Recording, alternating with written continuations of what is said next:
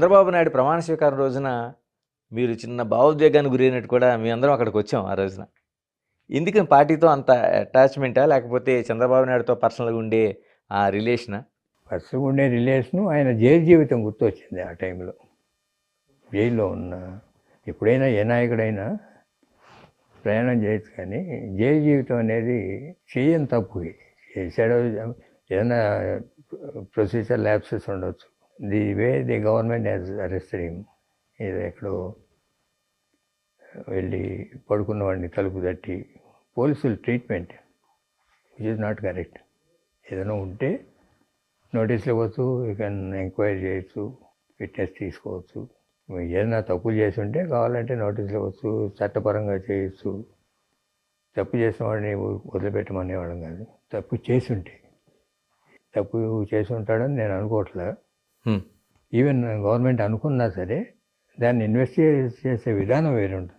అదే అక్కడి నుంచి ఆ ఏజ్లో బెదవాడ దాకా తీసుకురావడం, బెదవాడ నుంచి మళ్ళీ 2 రోజులు అక్కడ పెట్టి రాజమండ్రి తీసుకెళ్ళటం, వాళ్ళు చేసిన విధానం చాలా తప్పుడు విధానం. అది కావాలంటే ఇప్పటికీ మీరు ఫుటేజ్ తీసుకోండి. అక్కడి నుంచి నంద్యాల నుంచి అక్కడికి ఎట్లా తీసుకెళ్ళారు, అక్కడి నుంచి రాజమండ్రి వెళ్ళాడు, మళ్ళీ రాజమండ్రి నుంచి నీకు విజయవాడ ఎట్లా వచ్చారు, విజయవాడ నుంచి ఇక్కడికి ఎట్లా వచ్చారు అనే ఫుటేజ్ చూసుకో, నీకు తెలుస్తుంది.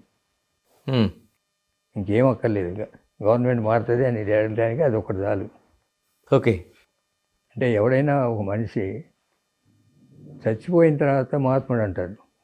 ఎవడైనా ఏది ఇందిరాగాంధీని తీసుకో, రామారావుని తీసుకో, లేకపోతే రాజశేఖర రెడ్డిని తీసుకో, ఎవరినైనా బతికున్నప్పుడు ఎవరు మహాత్ముడు అంటూ చేసిన మంచి పనులు చెప్పుకోరు. చంద్రబాబు నాయుడుకి ఆ పుణ్యం దక్కింది. జైల్లో ఉన్న 70 రోజులు 80 రోజుల్లో 52 రోజులు చంద్రబాబు నాయుడు గారు మాకు అట్లా చేశాడు ఇట్లా చేశాడు అని ప్రపంచవ్యాప్తంగా మాట్లాడారే. అది ఎవరికి దక్కదు. అది ఎప్పుడు దక్కుద్ది? మనిషి పోయినాక దక్కుద్ది, మనిషి ఉండగా దక్కదు. అది ఆయనకి అదృష్టం. జగన్మోహన్ రెడ్డి ఓటమికి ఇది కూడా ఒక కారణం అనుకోవచ్చండి.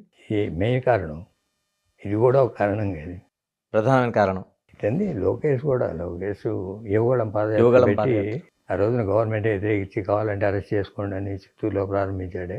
బిగినింగ్ స్లోగా స్టార్ట్ అయినా తర్వాత జనం పెరిగారు, బాగా మాట్లాడాడు, గవర్నమెంట్తో రివోల్ట్ చేయటం, ఒక జనంలో క్యాడర్లో యాక్సెప్టెన్సీ, క్యాడర్ కూడా తిరుగుబాటు చేయటం, ధిక్కార స్వరంతో మాట్లాడే. ఎప్పుడైతే నాయకుడు మాట్లాడాడో మిగతా వాళ్ళు మాట్లాడతారు. అంతకుముందు లేదు. టీడీపీ నాయకుల్లో మాట్లాడితే ఏమైనా కేసులు పెడతారేమోనని వాళ్ళు స్తబ్దుగా ఉన్న టైంలో యువగళం పాదయాత్రే ఫస్ట్ స్టెప్ రివోల్ట్కి.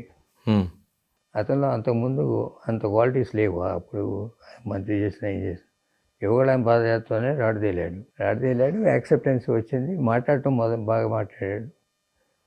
ప్రభుత్వాన్ని ఎండగట్టడంలో కానీ ల్యాప్సెస్లో కానీ. ఇప్పుడు మొన్న ఎలక్షన్స్ జరిగింది, మొన్న parliament elections, it is between Modi and Rahul Gandhi. మోడీతో అసోసియేట్ అయ్యే పార్టీలో కేపు, రాహుల్ గాంధీతో అసోసియేట్ అయిన పార్టీలో కేపు. వాళ్ళ మధ్యనే ఓటింగ్ జరిగింది మొన్న. ఏదో గ్రూప్ లేకపోతే పాలిటిక్స్ నుంచి బయటికి పంపించేశారు భారతదేశం అంతా. అట్లానే టీఆర్ఎస్ కానీ, లేకపోతే అక్కడ ఒరిస్సా కానీ, లేకపోతే వైఎస్ఆర్సీపీ కానీ. కరెక్టే. అటు ఉండాలి తప్ప 2 పార్టీ సిస్టమ్ రాబోతుంది ఇండియాకి. అంటే యూఎస్లో అనుకున్నట్టు 2 పార్టీల అంటే విధానం.